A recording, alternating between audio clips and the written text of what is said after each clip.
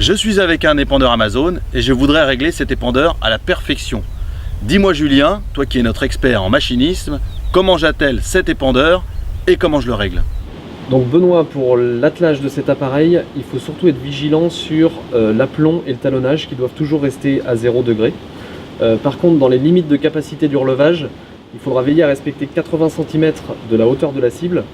Si on est sur sol nu, on va donc placer les plateaux à 80 cm. Si on est sur une culture développée, on rajoutera la moitié de la hauteur de cette culture pour avoir notre hauteur par rapport au sol. La régulation du débit se réalise par pesée. C'est donc l'automatisme qui va réguler la section d'ouverture des trappes en fonction de la dose réglée. Le terminal prend en compte un facteur d'écoulement qu'on peut modifier si l'on souhaite réaliser un étalonnage à poste fixe. Merci Julien pour ces précisions, j'ai bien compris le principe. Je viens de faire un test d'épandage au champ en posant mes bacs, mais je veux optimiser mon résultat. Comment je dois faire?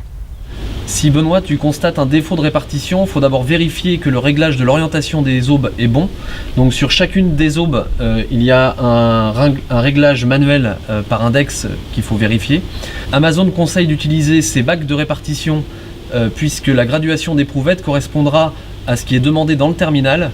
Et une fois ces valeurs rentrées dans le terminal, on a un conseil précis de la valeur à modifier pour obtenir le résultat optimum.